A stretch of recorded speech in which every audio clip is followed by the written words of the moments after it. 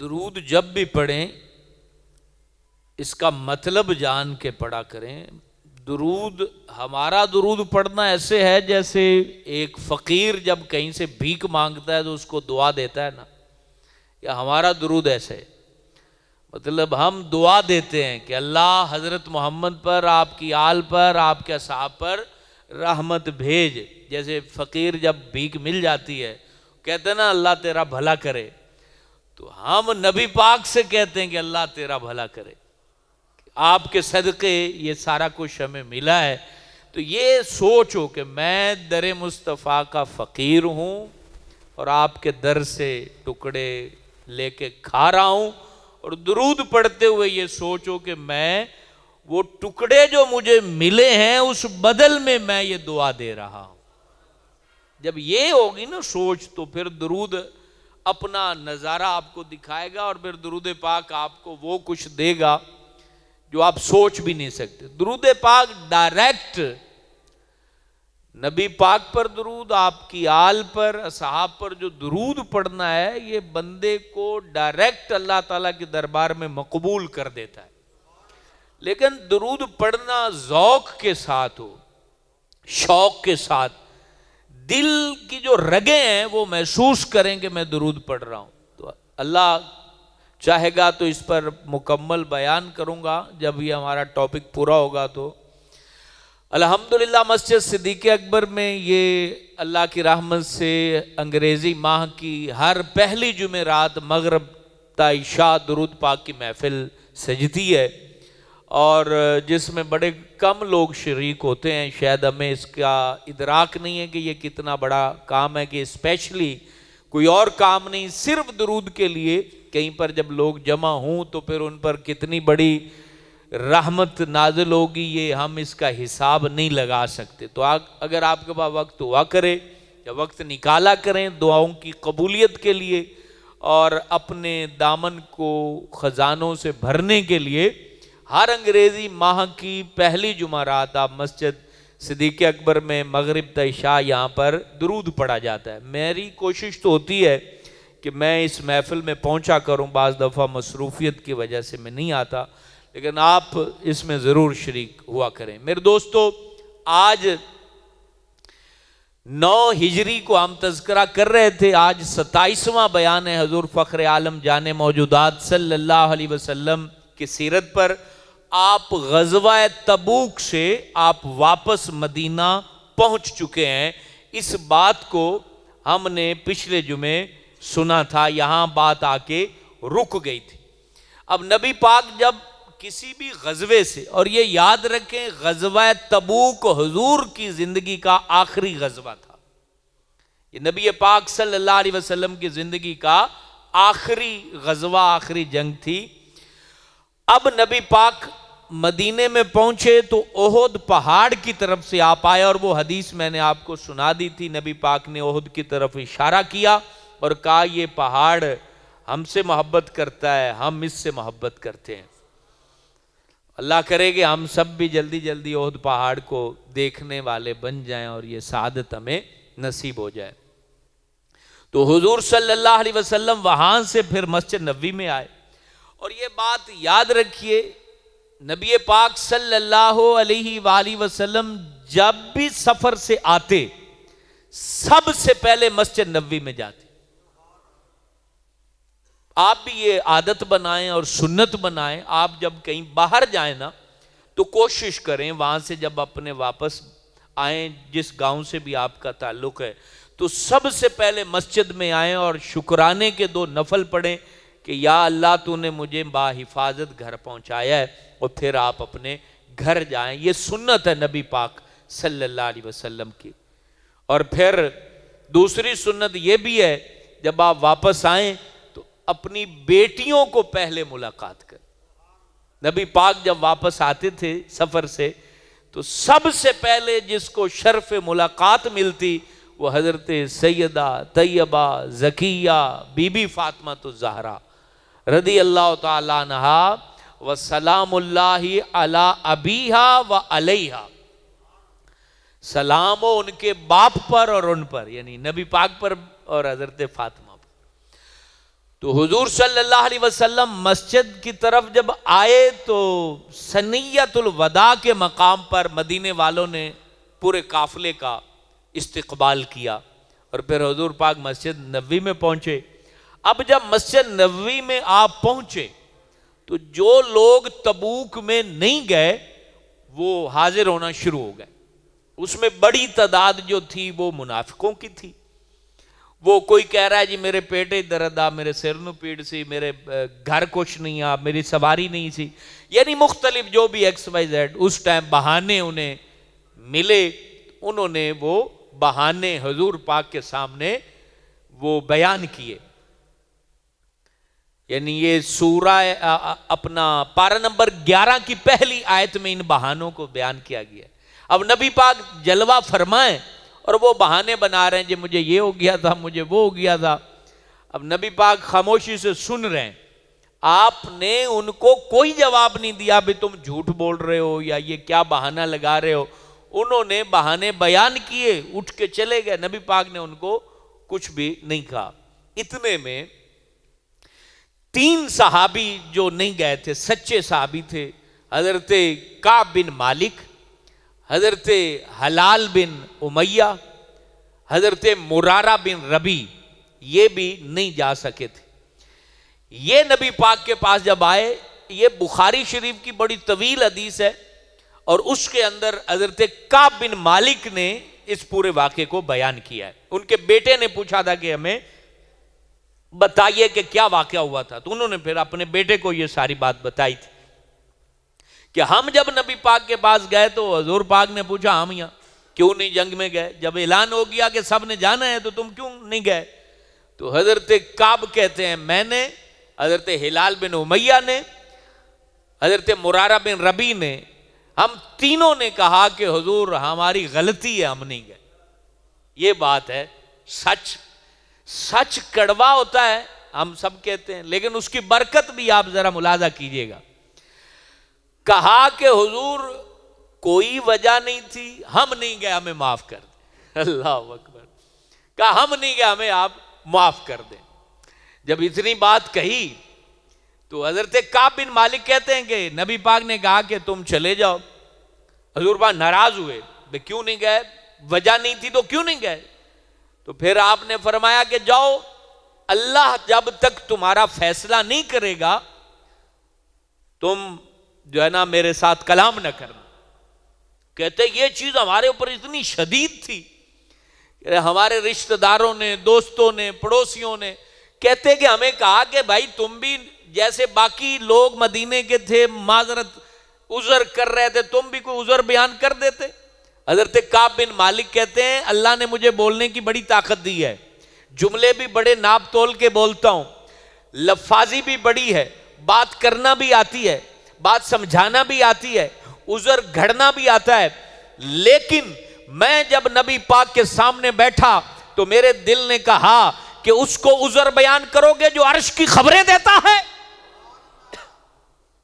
ان کے سامنے جھوٹ بولو گے جن کو ذرے ذرے کا پتہ ہے؟ کہا کہ نہیں، جو بھی ہونا ہے مجھے قبول ہے، لیکن میں اللہ کے حبیب کے سامنے جھوٹ نہیں بول سکتا۔ کہا کہ حضور میری غلطی ہے، میں نہیں گیا۔ سب نے کہا، ڈانٹا بھی کہ یار اب نبی پاک ناراض ہو گئے، کیا کرو گے؟ چلو تم کوئی ایسا جملہ بول دیتے جو سچ اور جھوٹ دونوں کے درمیان ہوتا، بچ نکلتے۔ کہا کہ نہیں، میں اللہ کے نبی کے سامنے جھوٹ نہیں بول سکتا۔ یہ آپ اس پہ قائم رہے حضرت کعب بن مالک۔ اب بات سنتے جائیے گا، عشق کے ایسے موتی ہیں اس پوری حدیث کے اندر۔ حضرت کعب بن مالک کہتے ہیں نبی پاک جان رحمت صلی اللہ علیہ وسلم نے تمام صحابہ کو آرڈر جاری کر دیا کہ ان تینوں کے ساتھ کوئی بھی کلام نہیں کرے گا، لین دین نہیں کرے گا، ان کے ساتھ کوئی گپ نہیں لگائے گا، کوئی ان سے بات چیت نہیں کرے گا۔ اب اندازہ لگائیں، حضرت کعب بن مالک کہتے ہیں جب یہ آرڈر جاری ہوا، حضرت ہلال بن امیہ گھر میں بیٹھے رو رہے ہیں، حضرت مرارہ بن ربی رو رہے ہیں، بوڑھے تھے، باہر نہیں نکلتے تھے، ہر وقت روتے رہتے تھے کہ ہم سے اللہ کے نبی ناراض ہوئے، ہمارا کیا بنے گا، اللہ ہم سے ناراض ہو گیا، ہمارا کیا بنے گا، روتے رہے۔ اور حضرت کعب بن مالک کہتے ہیں میں ذرا جوان تھا، بدن میں طاقت تھی، ہمت تھی، میں بازاروں میں جاتا تھا، صحابہ سے ملتا تھا، اہل بیت کے افراد سے ملتا تھا، لیکن معاملہ کیا تھا؟ مجھ سے کوئی کلام نہیں کرتا تھا۔ کہتے پھر نماز کے وقت میں پہلی صف میں حضور کے پیچھے کھڑے ہو کے نماز پڑھتا تھا۔ کہتے میں سلام بلاتا نا تو نبی پاک کے لبائے اقدس کو دیکھتا رہتا کہ جنبش ہوئی ہے کہ نہیں ہوئی ہے۔ حضور پاک چلو جواب اونچا نہیں دیں گے تو ایسا تو دیں گے۔ کہتے میں سلام کرتا اس بہانے سے کہ حضور کی زبان کو جنبش ہو، لبائے اقدس کو جنبش ہو۔ صحابہ کی محبت دیکھیے، ان کا عشق دیکھیے، ان کی محبت اس عروج کو پہنچی ہوئی تھی برادران اسلام جس کو آج امت بھول چکی ہے۔ انہوں نے کہا کہ میں ہر لمحے اسی طاق میں رہتا، سلام بلاتا رہتا، بہانے بہانے سے بات کرتا کہ نبی پاک چلو ایک نگاہ ہی دیکھ لیں، میری طرف نظر اٹھا کے دیکھ لیں، میری طرف اپنا ایک جلوہ دکھا دیں۔ کہتے نا نبی پاک نہ دیکھتے، میرے ساتھ کلام نہ کرتے، مجھے جواب نہ دیتے۔ کہتے کہ میں نماز پڑھتا، نماز کے دوران میں حضور پاک کے چہرے کو دیکھتا کہ مجھے چلو اس بہانے سے حضور پاک دیکھ لیں۔ کہتے جب میری نظر ہٹ جاتی تو حضور دیکھ لیتے، جب میں دیکھتا تو حضور نگاہ ہٹا لیتے۔ تو نبی پاک کا یہ اس طریقے سے مجھے نہ دیکھنا، مجھ سے کلام نہ کرنا، حضرت کعب بن مالک کہتے ہیں ایسے لگتا جیسے میرے دل کے اوپر تیر چل رہے ہوں، اذیت اس قدر زیادہ کہ میں بیان نہیں کر سکتا۔ کہتے پورا مہینہ گزر گیا، نبی پاک نے کلام نہ فرمایا، صحابہ نے کلام نہ کیا۔ کہتے ہیں یہاں تک کہ غسان کے بادشاہ نے میری طرف پیغام بھیجا کہ اے کعب بن مالک تم پہلوان بھی ہو، طاقت والے بھی ہو، قوت والے بھی ہو، تم نے کوئی برائی اور گناہ بھی نہیں کیا ہے، تمہارے نبی نے تمہیں چھوڑ دیا ہے، تو آؤ ہم اپنی بادشاہت کے اندر تمہیں مقام دیتے ہیں، تمہیں وزارت دیتے ہیں، تمہیں عزت دیتے ہیں، آؤ اسلام چھوڑ کے عیسائی بن جاؤ۔ اے لوگوں ذرا غور سے سننا، وہ لوگ جنہیں تھوڑی سی تکلیف پہنچے تو وہ دین سے بیزار ہو جاتے ہیں، اللہ تعالیٰ کے حضور شکوہ کرتے ہیں، دین کا مذاق اڑانے لگ جاتے ہیں۔ اے لوگوں ہمیں تو کوئی دکھ پہنچا ہی نہیں ہے۔ ان لوگوں کو وزارتوں کی پیشکش ہوئی کہ تمہیں تمہارے نبی نے اگر چھوڑ دیا ہے تو ہم تمہیں وزارت دیتے ہیں، تم عیسائی ہو جاؤ، مرتد ہو جاؤ، ہمارے پاس آ جاؤ۔ جب وہ خط آپ نے پکڑا، حضرت کعب بن مالک کہتے ہیں اس خط کو دیکھ کے میری چیخیں بلند ہوئی، میں رونے لگ گیا کہ ہائے افسوس، اب وہ مقام آ گیا کہ مجھے عیسائیت کی دعوت دی جانے لگی ہے۔ کہتے ہیں وہ خط میں نے پکڑا، اس کو پھاڑا اور اس کو تندور کے اندر جلا دیا، اور پھر نبی پاک کے دربار میں حاضر ہوا یہ اپنی عرض پیش کرنے کے لیے کہ حضور مجھے معاف کر دیجئے، اب تو عیسائیوں نے مجھے دعوت دینا شروع کر دی ہے۔ لیکن نبی پاک نے کوئی کلام نہ فرمایا، حضور نے کوئی بات نہ کی۔ کہتے میں روتے ہوئے، میری آنکھوں سے آنسوؤں کی برسات اور جھڑی جاری تھی۔ اے لوگوں ذرا سوچو تو صحیح، ان لوگوں کے اندر اللہ تعالیٰ نے اپنی اور اپنے رسول کی محبت کس قدر پنہا رکھی تھی۔ ان کی رگوں کے اندر جو خون دوڑتا تھا اس میں عشق رسول کی حرارت تھی، ان کی دھڑکنیں جو چلتی تھیں وہ صرف مسکراہٹ مصطفیٰ کی طلبگار ہوتی تھی۔ آج جو بندہ کہے کہ صحابہ کے اندر عشق نہیں ہے تو وہ بندہ جھوٹا ہے۔ خدا کی قسم جو محبت صحابہ نے کی ہے قیامت تک کوئی کر ہی نہیں سکتا ہے۔ مجھے بتائیں یار، ایک بندے کو بولا جا رہا ہے کہ تو چھڑ دے اور ہمارا وزیر بن جا، اور وہ اس کی وزارت ٹھکرا رہے، اس کا خط آگ میں ڈال رہے ہیں، تو اس کے اندر کتنی محبت ہوگی، کتنا پیار ہوگا۔ کہتے ہیں کہ اس کے بعد میں مسجد نبوی سے نکلا، ذرا اس محبت بھری بات کو غور سے آج سننا۔ مسجد صدیق اکبر میں بیٹھے ہوئے میرے نوجوان ساتھیوں، محبت کیا ہوتی ہے، پیار کیا ہوتا ہے، عشق رسول میں تڑپنا کیا ہوتا ہے، حضور کی محبت میں بلکنا کیا ہوتا ہے، سچائی کیا ہوتی ہے، عشق میں وارفتگی کیا ہوتی ہے، محبت کی جھوٹی کہانیاں ڈراموں اور فلموں میں بیان کرنے والوں، کاش تم اب یہ بتاتے میڈیا کے ذریعے زمانے کو کہ محبت یہ ہوتی ہے، پیار یہ ہوتا ہے، عشق یہ ہوتا ہے، اپنا سب کچھ لٹانا یہ ہوتا ہے، اپنی تمناؤں کو قربان کرنا یہ ہوتا ہے، اور اپنا تن من دھن سب کچھ لٹا دینا یہ ہوتا ہے، جو حضرت کعب بن مالک نے کر کے دکھایا ہے۔ حضرت کعب کہتے ہیں میں جناب ابو قتادہ میرے رشتہ دار تھے، باغ کے اندر کام کر رہے تھے. میں گیا اور ان کی دیوار, جو باغ کی دیوار تھی, اس دیوار کے اوپر میں بیٹھ گیا. وہاں بیٹھ کے میں نے کہا, اے میرے بھائی, اے میرے کزن, ذرا میری بات تو سن. کہا انہوں نے کوئی بات نہیں سنی. یہ ہے نبی پاک کی اطاعت. حضور نے کہہ دیا کعب سے بات نہیں کرنی, ہلال سے بات نہیں کرنی, ربیع جو ہے نا وہ ان سے بات, مرارہ سے بات نہیں کرنی. یہ صحابہ کی اطاعت آپ دیکھیے. آج جناب ٹھیک ہے جناب, ہمیں کون کا کوئی دیکھ رہا ہے, نشہ کر رہے ہیں, شراب پی رہے ہیں, ہمیں کون سا کوئی دیکھ رہا ہے. تو یہاں باغ میں کوئی دیکھ رہا تھا؟ نبی پاک تو اپنے گھر میں تھے اور یہ ان کا کلام باغ میں ہو رہا ہے. آج کا مسلمان نہیں جی, کیڑا کو ویکھدا پیا ہے, گل چھرے اڑا لو, عیش کر لو, مستی کر لو, شرابیں پی لو, بدکاریاں کر لو, جو کرنا ہے کر لو, تمہیں کون سا کوئی دیکھ رہا ہے. اللہ کے بندو, یہ چیز اپنے اندر پیدا کرنا ضروری ہے. حضرت ابو قتادہ کو ان کا بھائی بلا رہا ہے, کعب جو ہے نا کزن تھے, وہ بلا رہے ہیں. سلام کا جواب نہ دیا, بات کی تو بات کا جواب نہ دیا. کہتے ہیں کہ میں نے کہا اے ابو قتادہ ایک سوال کا جواب ہی دے دے. کہا کیا سوال ہے؟ کہتا ہے کہ میں اللہ اور اللہ کے رسول سے محبت کرتا ہوں, کیا اس میں تمہیں کوئی شک ہے؟ کہتے میں رو رہا تھا, تڑپ رہا تھا. میں نے اپنے بھائی کو, چچا زاد یا خالہ زاد بھائی کو میں نے کہا ہے ابو قتادہ بتا, میں اللہ اور اس کے رسول سے محبت کرتا ہوں, کیا اس میں کوئی شک ہے؟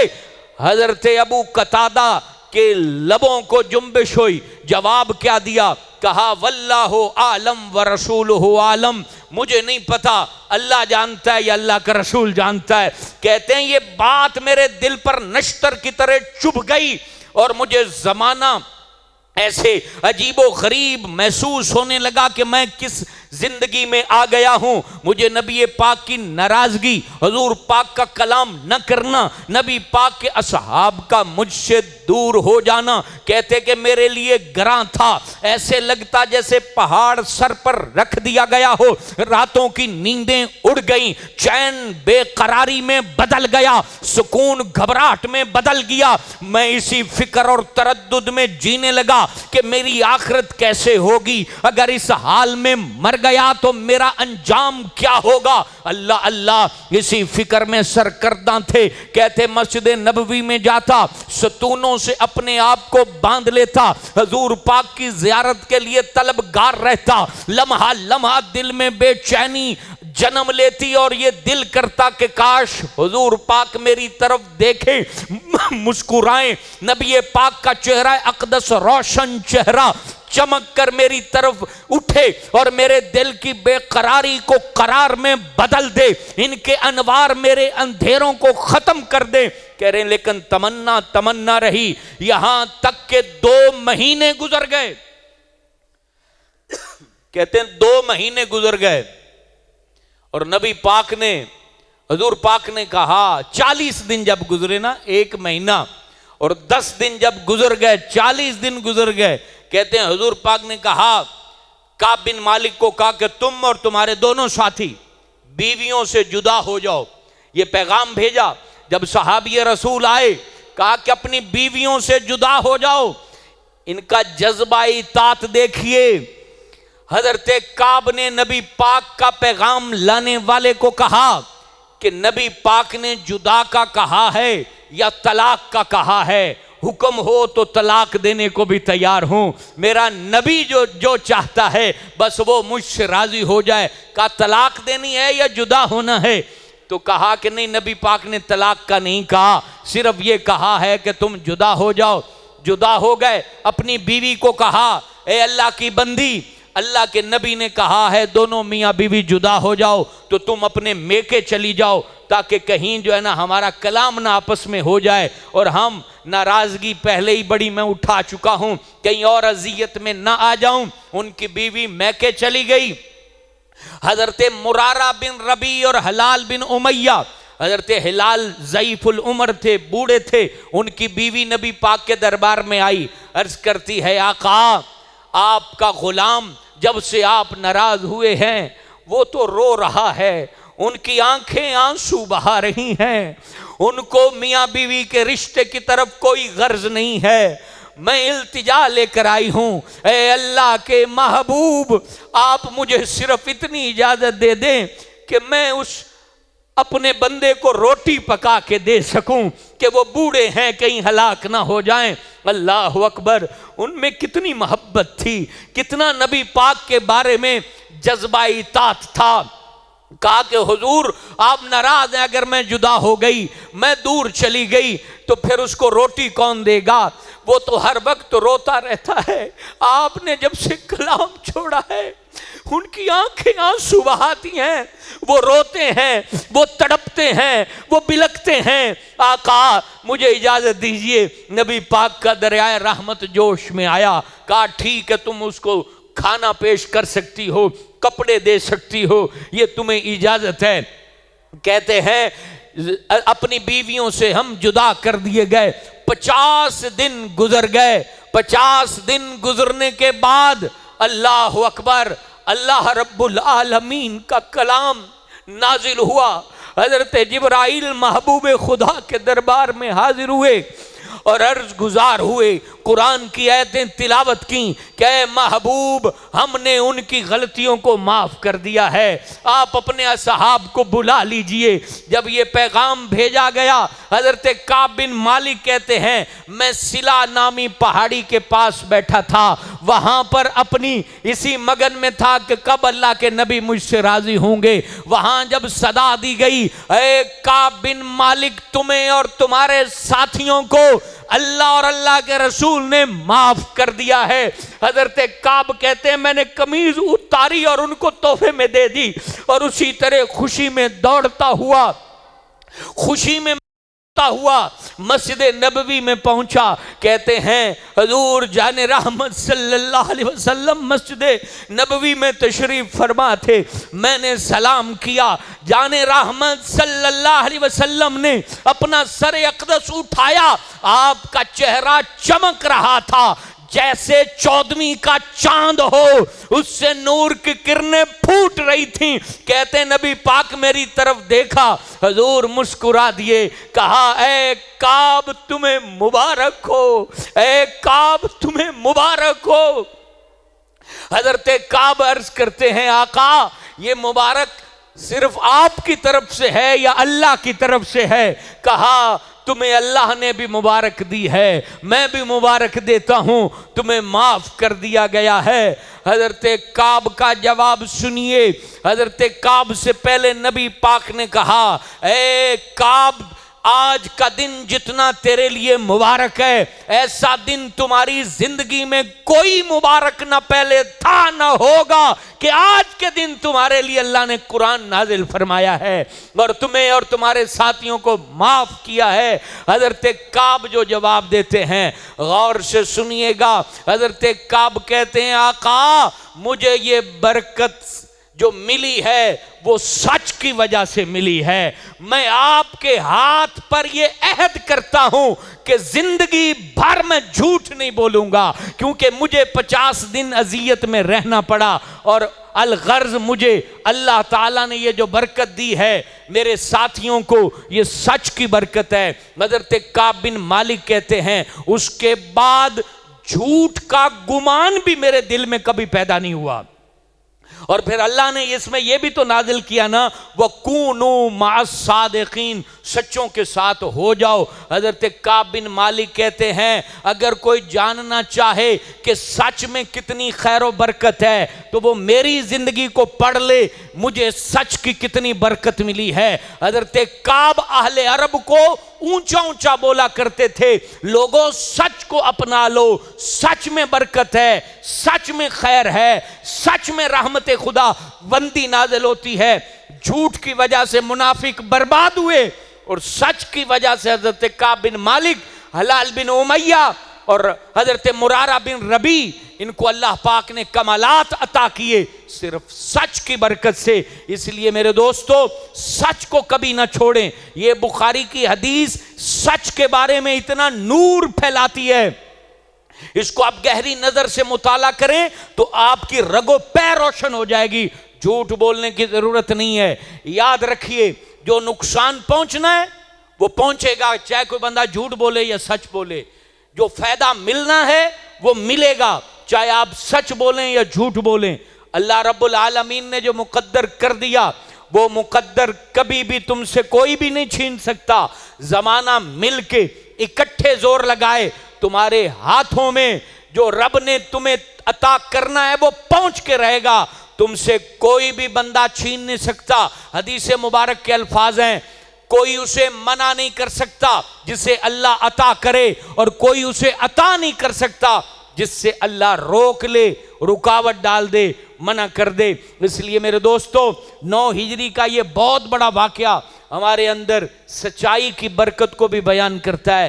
سچا بندہ، حدیث کے الفاظ ہیں، اللہ کا محبوب بن جاتا ہے، فرشتوں کا محبوب بن جاتا ہے، نبیوں کا محبوب بن جاتا ہے، اور سچا بندہ بوقت موت اللہ اس کی زبان پر کلمہ مبارک جاری فرما دیتا ہے۔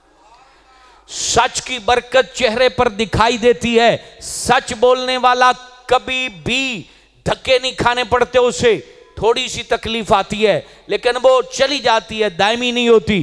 جھوٹ میں دائمی وبا ہے، جھوٹ میں دائمی بے برکتی ہے، جھوٹ کے اندر خیر نہیں ہے۔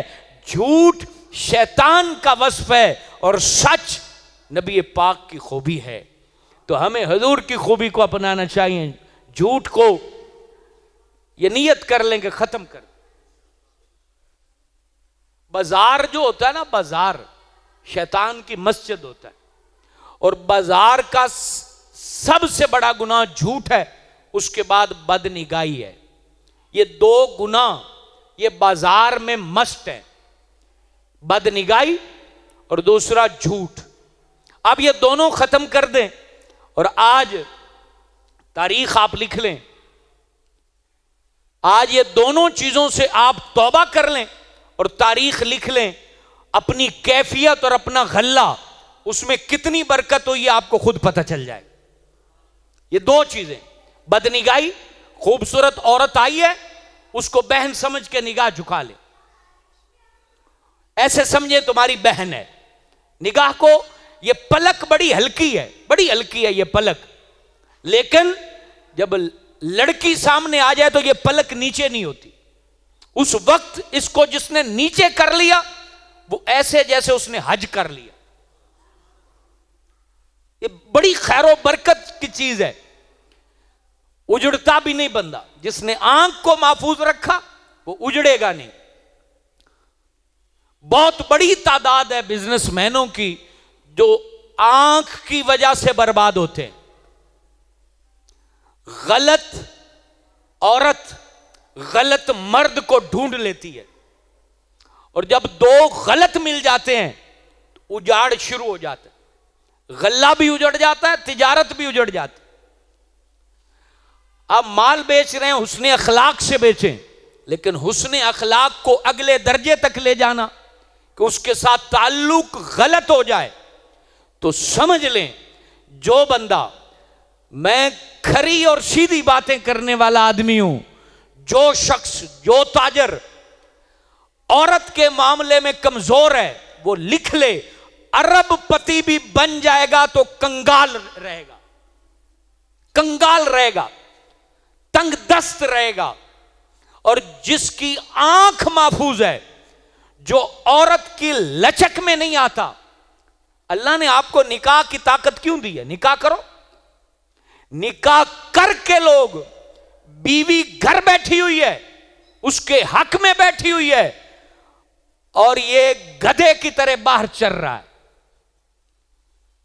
مجھے بتا دیجئے، جس کی بیوی اس کے حق میں پردہ کر کے حیا کے ساتھ گھر میں بیٹھی ہو کہ میرا شوہر آئے گا، مجھ سے 4 ہنسی کی باتیں کرے گا، اور وہ نالائق باہر غیر محرم عورتوں سے تعلق قائم کیے ہوئے ان کو کھلا رہا ہے، ان کو عیاشی کروا رہا ہے، اور گھر جاتا ہے تو پھر اس کا دل نہیں لگتا بیوی کے ساتھ۔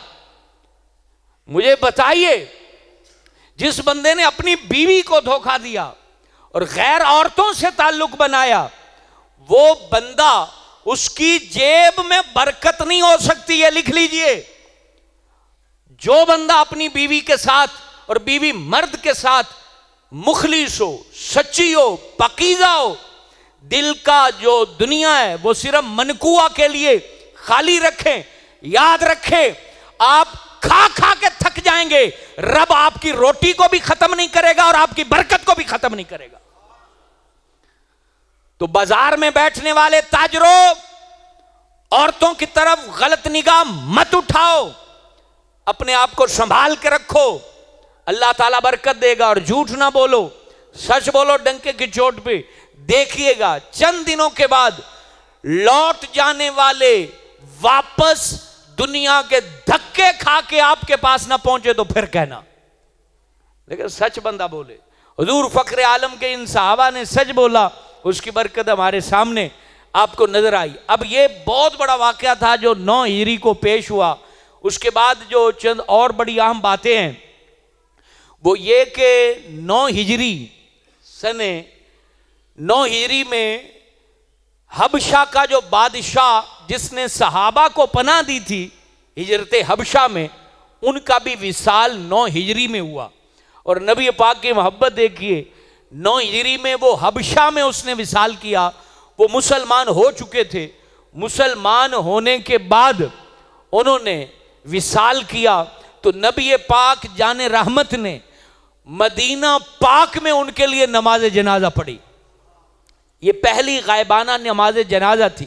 لیکن اس کا ایک خوبی یہ تھی کہ حضور پاک کے سامنے حبشہ تک، اس میت تک جتنے پردے تھے اللہ نے ہٹا دیے اور اللہ کے محبوب نے ان کی میت کو دیکھ کر نماز جنازہ پڑھی. یہ اللہ تعالیٰ کا خاص کرم تھا ہمارے پیارے نبی پر جو ہوا. اس کے بعد جو 9 ہجری میں حج کے لیے پہلا قافلہ روانہ کیا گیا میرے دوستو، حج کے لیے، اور اس کے امیر بنائے گئے حضرت ابو بکر صدیق. حج کے یہ مہینہ حضرت ابو بکر صدیق کا ہے بھائی. جناب صدیق اکبر کے عرس کا مہینہ ہے 22 جمادی الثانی. تو آپ کو حج کے قافلے کا 9 ہجری کا جو حج تھا اس کا ڈائریکٹ امیر اس قافلے کے جو بنے وہ حضرت ابو بکر صدیق تھے. اور اس قافلے کے جو نقیب بنے، جنہوں نے پیغام حق کو وہاں پر بیان کرنا تھا، ان کا نام بھی سن لیے. وہ تھے حضرت علی المرتضیٰ شیر خدا کرم اللہ تعالی وجہ الکریم. وہ نقیب بنے اور حضرت ابو بکر صدیق امیر بنے. اس کے لیے معلمین جو بنے وہ حضرت ابو ہریرہ، حضرت جابر بن عبداللہ، حضرت سعد بن ابی وقاص. یہ 3 معلم بنے. جیسے حج میں معلم ہوتے ہیں نا، یہ معلم بنے. اب یہ قافلہ جب چلا تو نبی پاک نے اپنی طرف سے 20 اونٹ حج کے قربانی کے طور پر صحابہ کو عطا فرمائے. اپنی طرف سے حج کی قربانی جو کرنی تھی وہ نبی کریم نے 20 اونٹ اس میں تحفے میں دیے. تو 20 اونٹ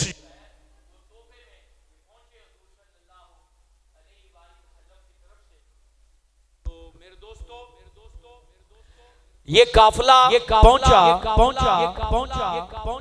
جب مکہ پاک تو کعبہ کے پاس بھی حضرت ابو بکر صدیق نے خطاب کیا، مینا میں بھی کیا، عرفات میں بھی. اور حضرت ابو بکر صدیق کے بعد حضرت علی المرتضیٰ شیر خدا نے سورہ براءت، سورہ توبہ، اس کی 40 آیتیں تلاوت فرمائیں. اور یہ جو باؤنڈری آپ دیکھتے ہیں نا کہ ادھر حاجی نہیں کافر نہیں جا سکتے، یہ حد بندی 9 ہجری میں جاری ہوئی. حضرت علی المرتضیٰ نے وہاں اعلان کیا کہ آج سن لو آخری دن ہے، کافر یہاں سے چلے جائیں، مسلمان صرف حدود حرم میں رہ سکیں گے، اس کے علاوہ کوئی بندہ حدود حرم میں نہیں رہ سکتا. یہ پتہ ہے آپ کو سورہ توبہ کے شروع میں بسم اللہ اسی وجہ سے نہیں ہے کیونکہ اس کے اندر سخت احکام ہے اور اللہ نے پھر اپنی مہربانی کو وہاں بیان نہیں فرمایا ہے، رحم کو بیان نہیں کیا ہے. اس میں چونکہ جہاد کی آیتیں ہیں تو اس وقت یہ پیغام حق نازل ہوا کہ یہاں میدان جو ہے حدود حرم سے تمام لوگ جو ہیں وہ باہر چلے جائیں، اب یہاں صرف حدود حرم میں مسلمان رہیں گے۔ اس کے بعد جوک در جوک جو کافر تھے وہ کلمہ پڑھ کے مسلمان ہو گئے، اور پھر 10ویں سنی ہجری کو نبی پاک صلی اللہ علیہ وسلم نے ہجرت فرمائی، حج کا جو ہے وہ حجت الوداع کا سفر فرمایا۔ تو میرے دوستو الحمدللہ 9 ہجری تک ہم پہنچے ہیں، 27 بیان سیرت النبی کے آج مکمل ہو چکے ہیں۔ انشاءاللہ 28واں بیان اللہ کی رحمت سے اگلے جمعے سیرت النبی پر آپ سن سکیں گے۔